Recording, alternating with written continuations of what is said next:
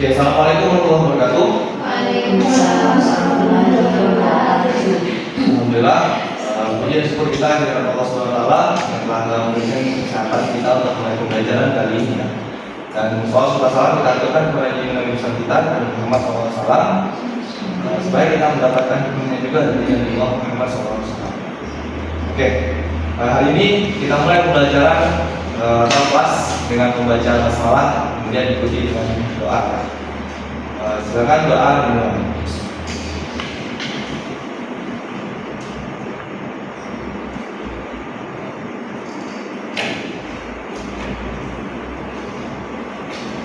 Oke, doa selesai. Oke, yang pertama Bapak absen dulu ya, yang paling penting kita absen dulu. Yang nggak masuk berapa orang? Berapa orang yang masuk? Berapa orang? 4 orang ya? Siapa?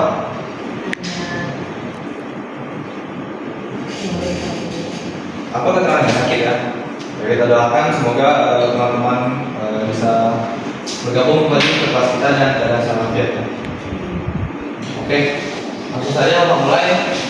Mungkin Bapak lihat di sini yang tengah ini kenapa kosong? Coba di yang belakang mungkin maju. Nah, itu.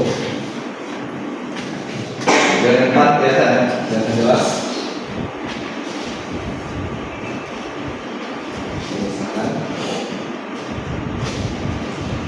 Oke.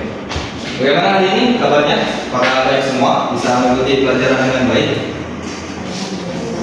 Mudah-mudahan bisa ya. Oke, Bapak mulai pelajaran kali ini dengan tema sejarah. Nah, di sini siapa yang suka dengan sejarah? Ayo, tangan.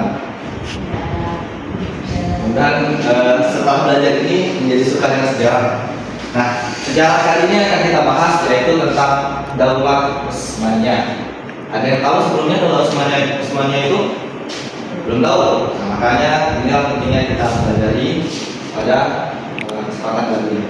Nah, Bapak akan memberitahu kalian atau mengajarkan kalian tentang Daulah Utsmaniyah atau bisa disebut juga dengan Kesultanan Utsmaniyah atau dalam bahasa Inggrisnya Ottoman Empire.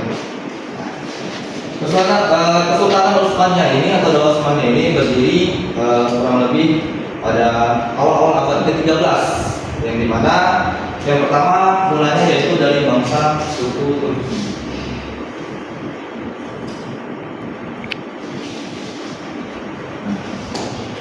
Inilah awal mula berdirinya suku Turki atau Daulah Utsmaniyah. Nah, ceritanya adalah bagaimana Daulah Utsmaniyah berdiri, yaitu pada kebanyakan suku Turki ini terbagi menjadi beberapa suku lagi. Di antaranya kita bahas yaitu dari suku Oghuz. Nah, dari suku apa? Suku Oghuz. Nah, kemudian pada awal abad ke-13 terjadi peperangan antara bangsa Mongol. Kalian tahu Mongol itu bangsa apa? Suku Mongol itu yang sekarang itu yang sebagian wilayahnya yaitu Rusia dan sebagian wilayahnya di daerah Tiongkok sampai ke Korea. Nah, itulah bangsa Mongol pada zaman dulu. Nah, kemudian setelah bangsa Mongol ini melakukan peperangan terhadap bangsa Turki yang terjadi peperangan sangat hebat sekali. Kemudian suku Turki ini mengalami kekalahan akibat desaknya dari bangsa Mongol. Nah, salah satunya yaitu suku Oghuz. Nah, suku Oghuz ini setelah mengalami kekalahan, suku Oghuz pindah atau migrasi ke daerah Seljuk. Nah, Seljuk ini masih terdiri dari suku Turki, tetapi di Seljuk ini suku Turkinya lebih modern dan semua pengaruhnya masih Islam. Nah, pada perpindahan dari suku Oghuz ke wilayah Seljuk yang dipimpin oleh kerajaannya sendiri, suku Oghuz ini dipimpin oleh yang namanya Ertugrul. Siapa namanya? Ertugrul, ya, pemimpin dari suku bangsa Oghuz pindah ke Seljuk.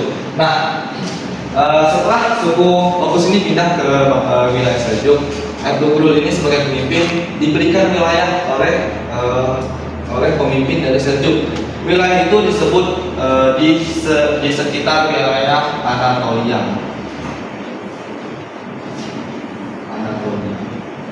Nah, inilah awal mula berdirinya Daulah Utsmani dari wilayah kecil yang di dekat bangsa Seljuk yang namanya adalah Anatolia.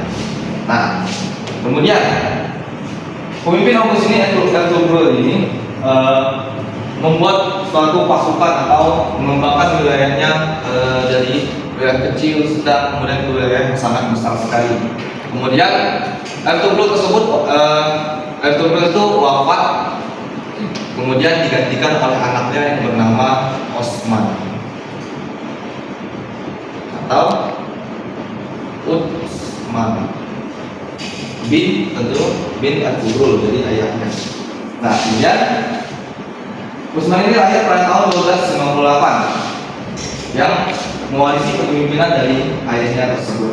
Kemudian pada tanggal akhir dari abad ke-13 pada tahun 1299, Osman resmi menjadi sultan pertama dari Utsmaniyah atau dari bangsa siapa tahu Daulah Utsmaniyah.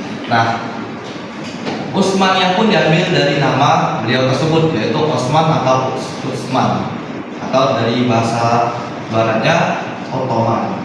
Nah, disinilah awal mula berdirinya Daulah Utsmani. Kemudian Utsman menguasai setiap wilayah demi wilayah, kemudian memperluas daerah Daulah Utsmani hingga dikenal ke bangsa Eropa. Nah, itulah sejarah awal berdirinya bagaimana Daulah Utsmani tersebut.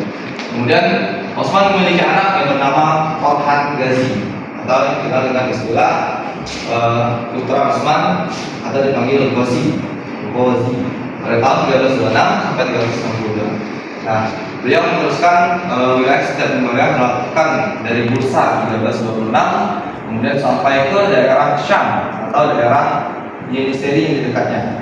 Nah, disitulah Zaman Orkhan memiliki pasukan terkuat yang namanya Yeniseri atau Yeniseri dari bahasa Yunani. Itu artinya adalah pasukan para jomblo. Jadi kalau zaman dulu itu jomblo itu kalau nggak ada pasangannya mereka berperang gitu. Kemudian diteruskan lagi kepada anaknya yaitu Murad II atau putra kedua dari Orkhan yang menaklukkan Balkan, terluas wilayah Balkan termasuk Serbia dan Algeria. Nah, kemudian memiliki ibu kota baru yang namanya Edirne. Inilah ibu kota baru dari Daulah Utsmani pada zamannya. Nah, kemudian diwariskan lagi kesultanan dari Utsmani ke kesultanan keempat yaitu Bayezid I atau putra Murad I yang ketiga tadi. Nah, di Bayezid I ini beliau menaklukkan setiap wilayah demi wilayah sampai ke Kristen Anatolia dan menyebarkan agama Islam dan melakukan wilayah Kristen di sana. Kemudian beliau juga memiliki julukan namanya Yildirim atau Sang Petir.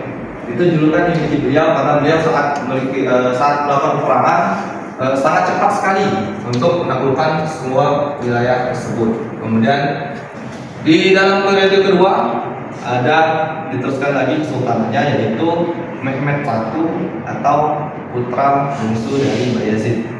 Kalau di Turki itu bahasa Muhammad itu Mehmed, tapi sama dengan Muhammad. Kalau di Cina itu disebut Mo atau Ma. Itu sudah menjadi seperti marga, tapi tetap namanya Muhammad. Sampai ke daerah Indonesia kampung jadi Mamat. Kemudian Murad kedua diteruskan lagi dari Mehmed pertama tadi, diteruskan anaknya yaitu Murad kedua dari putra Mehmed menjadi. Nah, pada kesultanan ke-6 ini Murad II dari putra Mehmed I atau dikenal dengan namanya Sultan Muhammad Al-Fatih. Nah, pada zaman inilah Islam dari Daulah Utsmani itu menyebar sangat luas sekali ke seluruh bangsa Eropa dan sekitarnya. Kemudian beliau juga menjadi sultan pada tahun pada umur 18 tahun. Nah, Sultan Muhammad Al-Fatih juga terkenal sebagai terus dulu ya.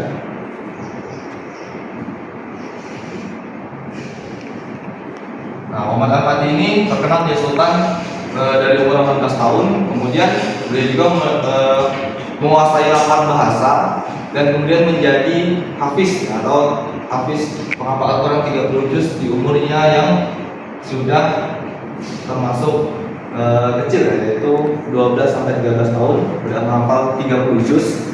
Kemudian di umurnya yang 21 tahun menjadi sultan termuda yang menaklukkan wilayah terbesar, yaitu wilayah yang disebut dalam wilayah Romawi disebut kota Konstantinopel. Nah, kota Konstantinopel ini adalah kota paling indah pada masanya. Bahkan saat sejarawan atau penulis datang ke sebuah kota Konstantinopel tersebut, dia langsung menulis dalam kitabnya, saat kami masuki Konstantinopel, kami tidak tahu lagi kami sudah di dunia atau sudah di surga. Itu catatannya saking bagusnya.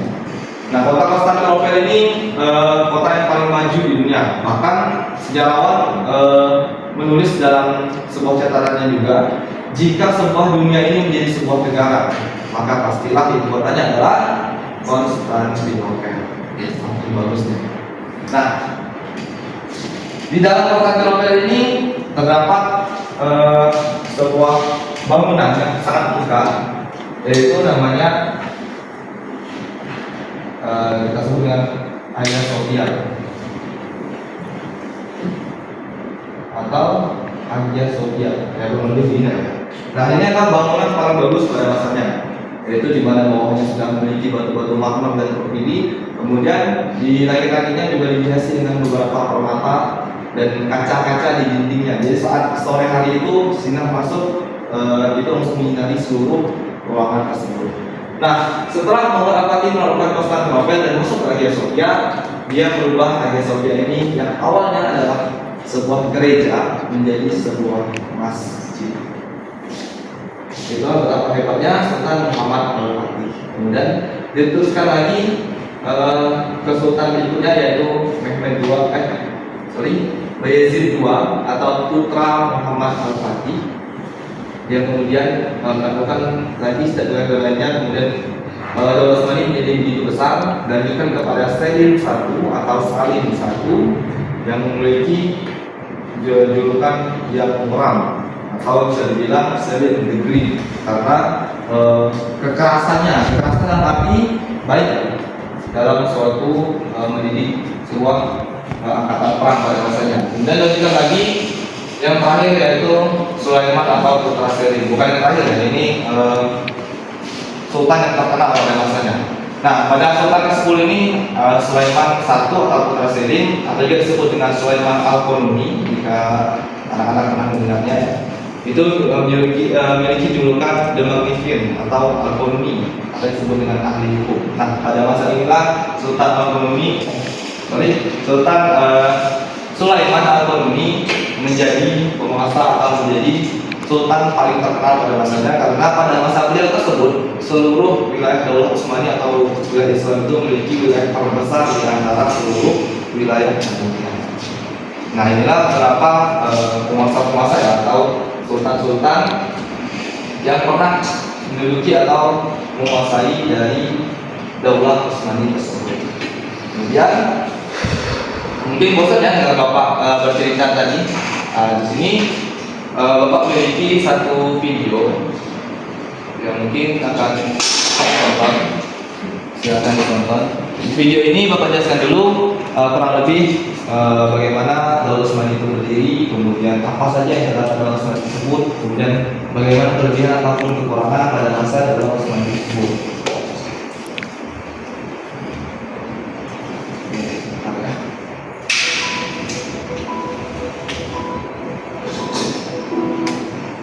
Video ini sebenarnya pakai suara Bapak sendiri ya, yang edit sendiri, cuman mudah-mudahan sampaikan dengan jelas.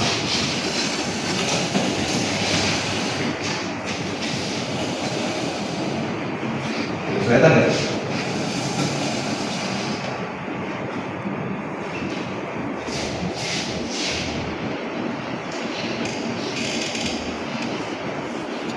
kan? Kelihatan ya?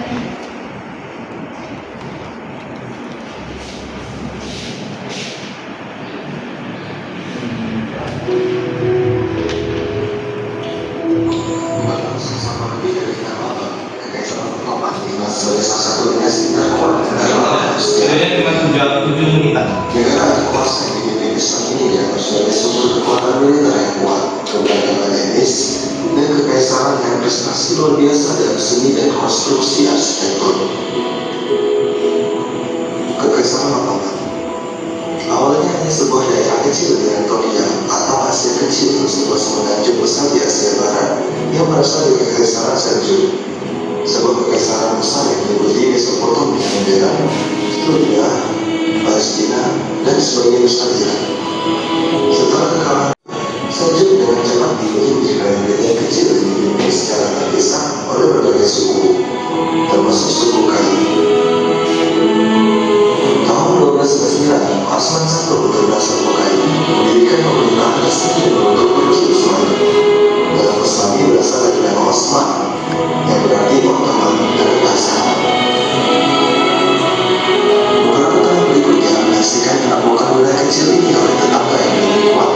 Pada tahun 1356, di bawah putra Osman, Utsmani menguasai Bursa dan tahun berikutnya merebut wilayah Byzantium yang berbatasan dengan Roma Parah, membuka jalan bagi ekspansi Ottoman ke Eropa.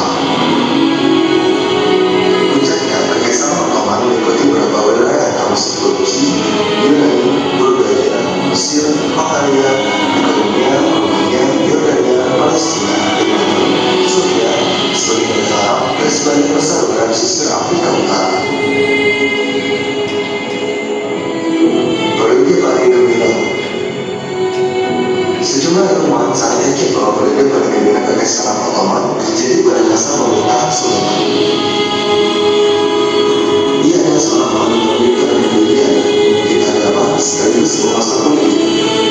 Sebelum pemerintahannya, Kekaisaran Ottoman memulai ekspansi besar-besaran di Eropa Timur dan berhasil menipu beberapa kota besar. Tahun 1221, Sulaiman menguasai sebagian wilayah Polandia dan terus menjadi wilayah Polandia pada tahun 1229. Awal tahun 1529, Ottoman tiba di Wina, ibu kota Austria, dan Eropa Timur. Sulaiman saat itu menggunakan kapal paling kuat dan modern saat itu di permukaan Asia. Ekspansi besar-besaran yang membuat kekaisaran ini menjadi negara yang sangat besar, dan pada saat itu ia meninggal juga mempunyai jalan dan batasan Islam yang selalu memberikan pengaruh Islam besar pada negara-negara di kawasan tersebut dan di seluruh dunia. Periode ini juga ditandai dengan pencapaian besar di bidang sains, matematika, teknik, filsafat, kedokteran, sastra, ekonomi, dan lain-lain. Misalnya Ottoman dianggap sebagai pelopor dalam bidang vaksinasi. Metode vaksinasi atau variolasi yang kemudian disebut sebagai inokulasi telah dipraktikkan selama bertahun untuk melawan cacar di wilayah Ottoman sebelum dipopulerkan di Inggris dan Eropa. Pada abad ke-16, oleh istri duta besar Inggris untuk Ottoman, Lady Mary Wortley Montagu, pada tahun 1717. Selama pada dijajah, dia menyaksikan beberapa variasi di Konstantinopel dan membantu menyebarkan teknik tersebut ke seluruh negerinya dan kemudian ke Eropa. Prestasi terkemuka. Selain menduduki wilayah yang luas di Timur Tengah, Eropa Timur, dan Afrika Utara, orang-orang Ottoman juga bangga dengan prestasi penting di berbagai bidang seperti sains, kedokteran, arsitektur, dan seterusnya. Periode ketika Sulaiman I naik tahta menandai titik balik dalam perkembangan seni, arsitektur, dan hukum mengenai reformasi hukum. Sultan yang perkasa ini telah menyusun sistem hukum sekuler yang disebut kanon untuk negara Ottoman. Secara spesifik, sistem ini mengacu pada hukum yang menunjukkan hubungan antara pembayar pajak dan penerima pajak. Dengan demikian, mengatur jenis dan tarif pajak. Dalam konstruksi arsitektur, jumlah besar masjid dan bangunan umum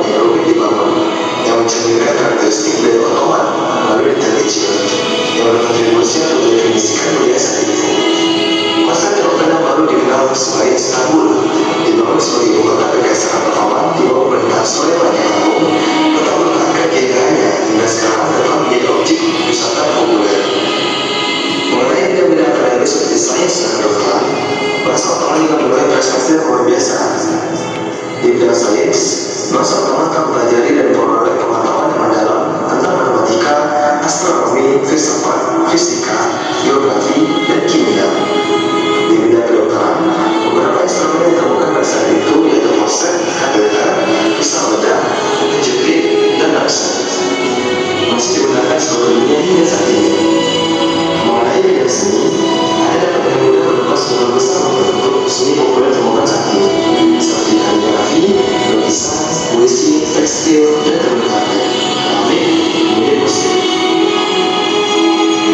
Runtuhnya Kekaisaran Ottoman. Awal abad ke-17, terjadi kemunduran Kekaisaran Ottoman yang melambat. Kemunduran tersebut terutama terjadi di bawah hilangnya dominasi ekonomi dan militer di Eropa. Kekalahannya dalam pertempuran Mina pada tahun 1943 tidak dapat lagi memberikan kontribusi pada melemahnya Kekaisaran pada abad ke-19.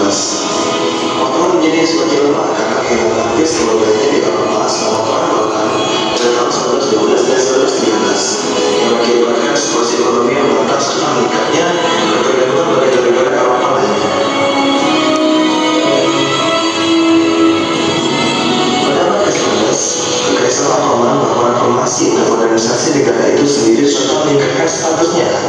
Namun, reformasi tersebut ternyata tidak sukses yang diharapkan dan terjadinya perang dunia yang membuat Kekaisaran Ottoman hancur total. Selama perang, tentara Ottoman memasuki perang di bidang kekuatan sentral kawasan Jerman dan Austria-Hungaria. Kekuatan sentral dikalahkan oleh kekuatan sekutu pada bulan Oktober 1918. Akibatnya, menurut gencatan senjata menerus, sebagian besar wilayah Ottoman dibagi di antara Inggris, Prancis, Yunani, dan Rusia. Tahun 1922, pencabutan gelar Sultan Ottoman secara resmi mengakhiri Kekaisaran Ottoman yang menjadi dasar berdirinya Republik Turki pada tahun berikutnya. Oke, tentang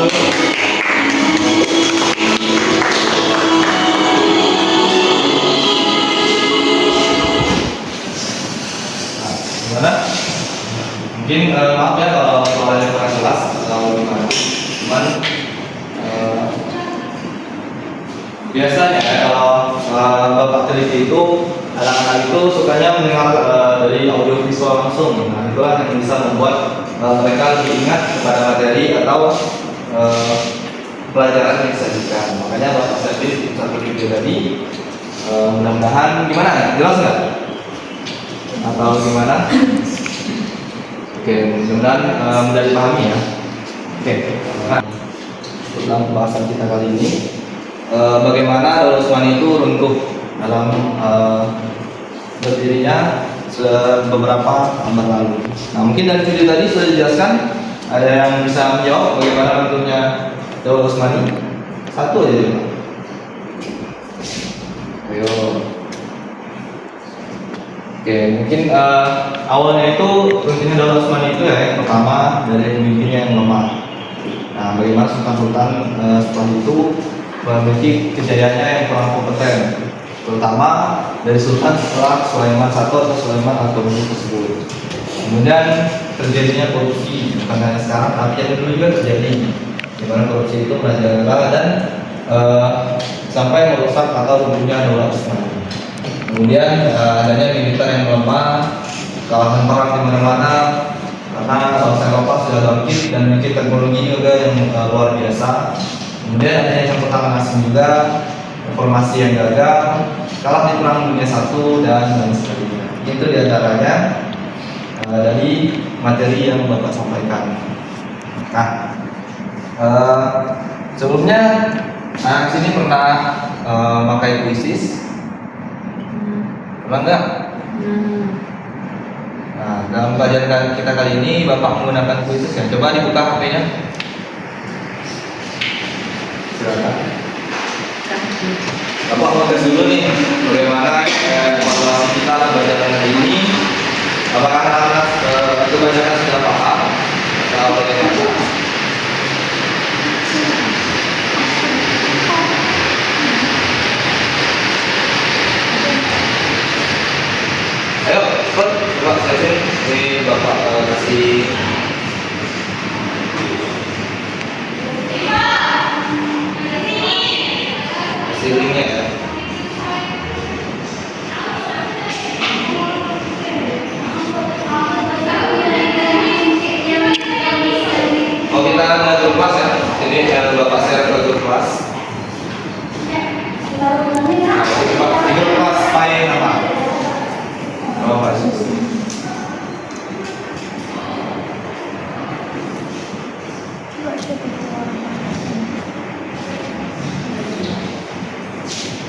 Terus nih, gimana pemahaman kalian yang tadi yang cuma dia baca kan?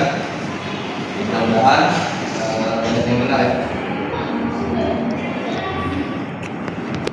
Gimana? Atau kalau ada yang kendala dengan sinyalnya atau segala macam, silakan ya. Bisa nggak? Oh bentar. Oh bentar kodenya ya. Bentar.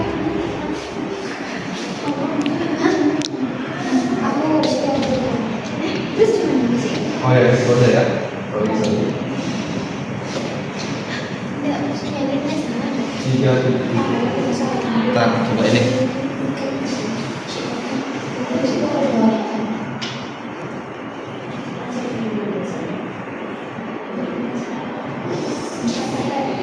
Salah. 41 47.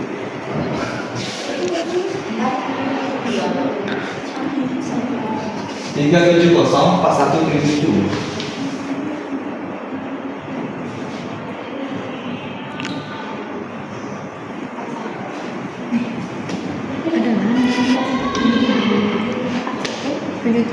Tiga tujuh kosong 4177 ya.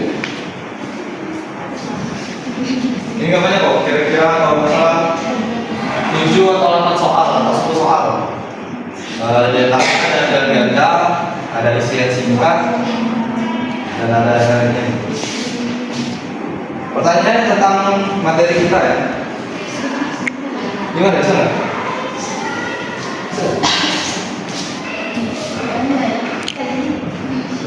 Di sini.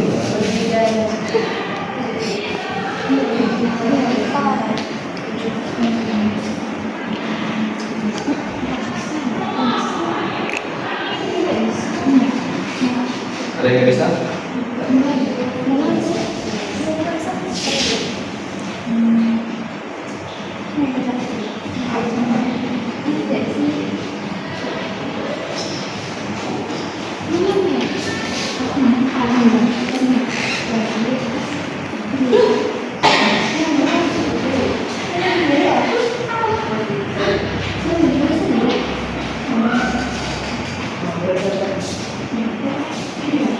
Gimana?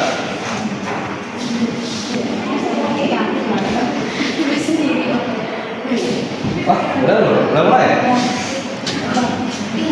Oke, nggak apa-apa, mulai aja dulu. Langsung mulai aja.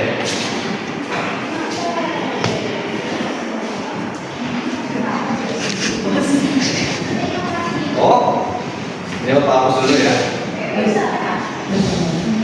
Saya tahu.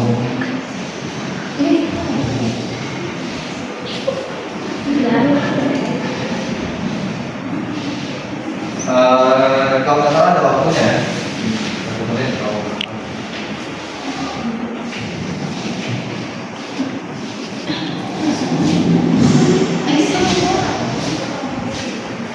Ya, prinsipnya selesai, dari singkat. Silakan, ada ganda. Kalau nggak cukup, berarti salah. Ayo, oke.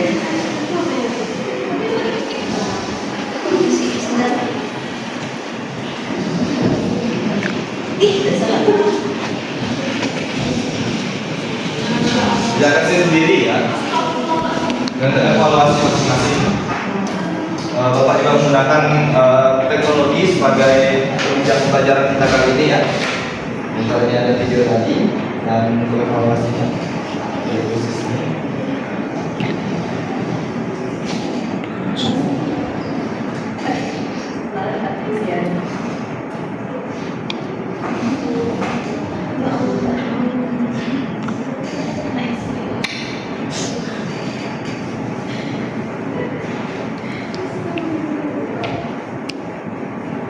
Lima menit lagi ya? Atau kurang dari 5 menit? Silakan.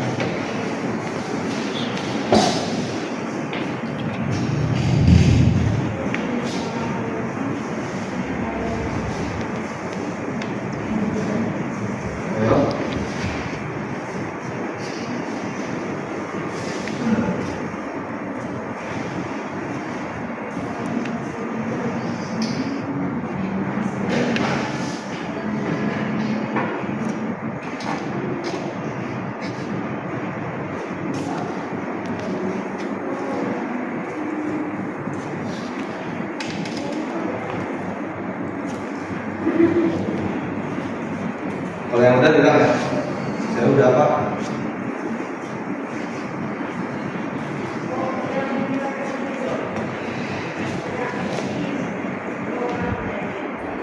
2 menit lagi.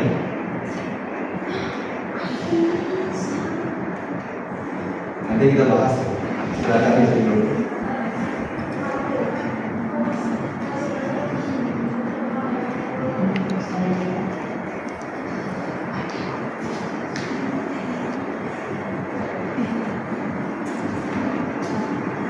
Kalau ada kendala juga silakan bilang.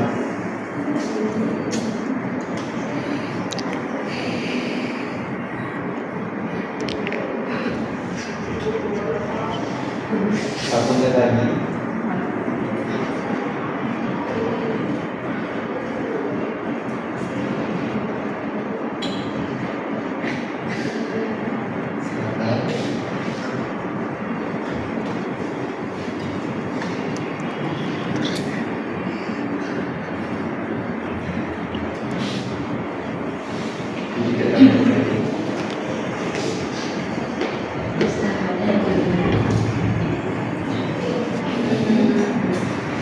Kalau tadi mendengarkan pasti tahu sih. Ya.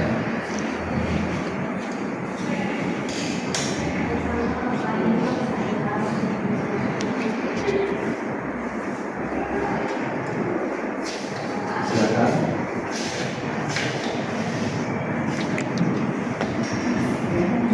Berapa orang selesai? Belum ya? Itu pasti jadi Satu menit lagi ya. laptop baru mau. Aku gila. Lancar kau.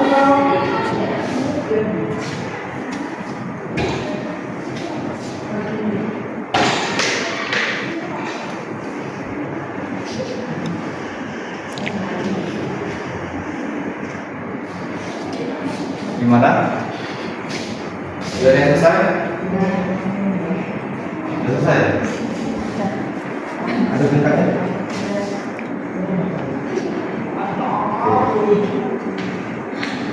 Ya, cepat. Nanti kita bahas.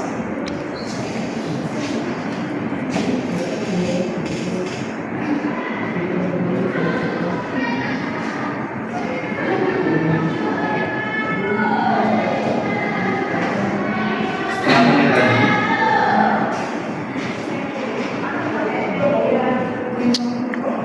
Setengah menit lagi. Berapa soal?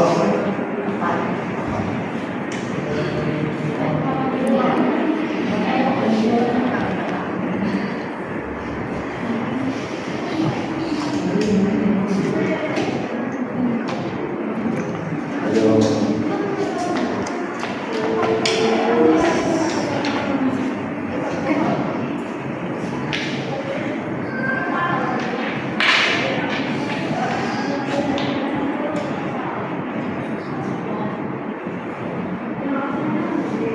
Sudah?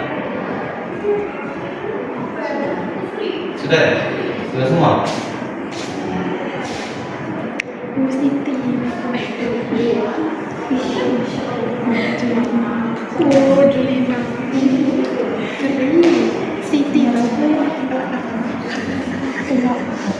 Terakhir. Oke, sudah ya? Bapak lihat dulu.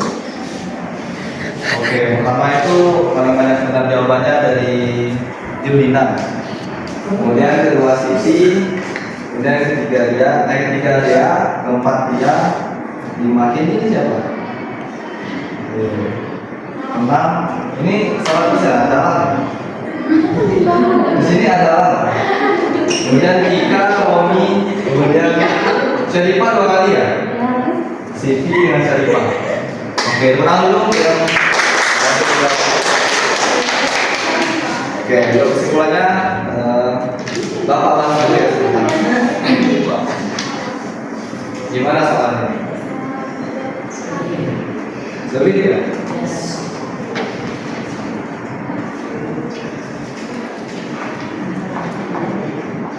Oke, pertama itu periode kekuasaan pada masa Daulus Haji berlangsung selama kurang lebih 6 abad. Ya, itu sebenarnya Bapak kurang materinya aja tuh sebenarnya mau sampaikan, cuman belum sampaikan. Kemudian Kalau itu sebenarnya penting mempelajari pelajaran kita dulu ya sebelum kita mulai kelas. Kemudian kalau Usmani itu berasal dari salah satu suku Turki Barat, atau suku ya suku Kain. Jadi Oghuz itu sebenarnya bangsa dari bangsa Oghuz, tapi orang-orangnya itu orang Kain. Bapak sengaja membuat latihan yang materinya nggak Bapak keluarin, tapi yang gue materinya supaya mau tahu aja pemahaman anak-anak sekalian itu terlepas dari yang Bapak sampaikan itu sampai mana gitu, kalau enggak. Kemudian urutan pemimpin-pemimpin hebat dari Daulah Utsmani dari generasi pertama yaitu Utsman, Orhan, Murad I dan Bayezid I yang benar. Kemudian siapa putra kedua Orhan? Murad I. Kemudian bangsa Ottoman memperoleh prestasi di bidang sains, diantaranya matematika, filsafat, astronomi, dan fisika. Itu terdapat dalam video tadi ya kalau orang anak-anak memperhatikan. Kemudian urutan pemimpin generasi kedua yang benar Muhammad I, Murad II, Muhammad II atau Al-Fatih, Bayezid II, Salim I, kemudian Sulaiman Al-Qununi. Ingat kalau Sulaiman Al-Qununi itu pasti di bagian terakhir karena beliau adalah sultan yang paling berjaya pada masanya. Kemudian kota terindah pada masanya yaitu kota Konstantinopel. Kemudian terakhir penyebab Daulah Utsmani mengalami kemunduran yaitu rumahnya penguasa Daulah Utsmani dan lemahnya sistem pemerintahan. Itu adalah kesimpulan dari yang Bapak sampaikan terhadap kemunduran atau pemerintahan Daulah Utsmani.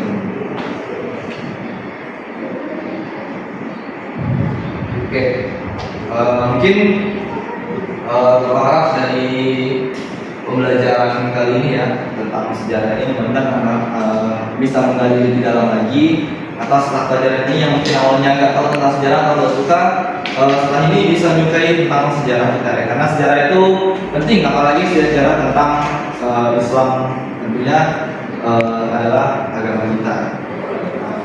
Mungkin bisa diajarkan kepada adik-adiknya juga atau kakak-kakaknya kalau superhero itu jangan superhero di bagian barat Amerika ya sebenarnya superhero, tapi mulailah belajar dari sejarah superhero Islam kita seperti Muhammad tadi, Sulaiman Al-Qununi, kemudian bagaimana Utsman memperluas wilayahnya dan peperangannya, gaya peperangannya, taktiknya gimana gitu kan, itu yang paling penting.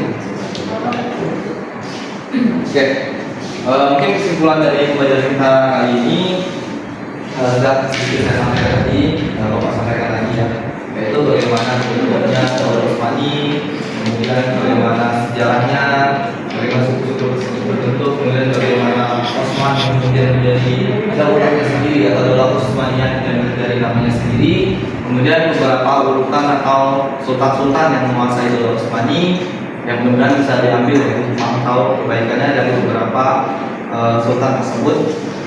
Kemudian juga bagaimana tentang video yang Bapak sampaikan tadi atau Bapak berikan kepada kalian untuk didiskusikan bagaimana itu peta atau wilayahnya yang kemudian luas dari kecil di bagian Anatolia yang Bapak jelaskan tadi dan menyebar kemana-mana gitu, sampai ke daerah Eropa dan Asia sekarang. Nah, kemudian yang terakhir apa?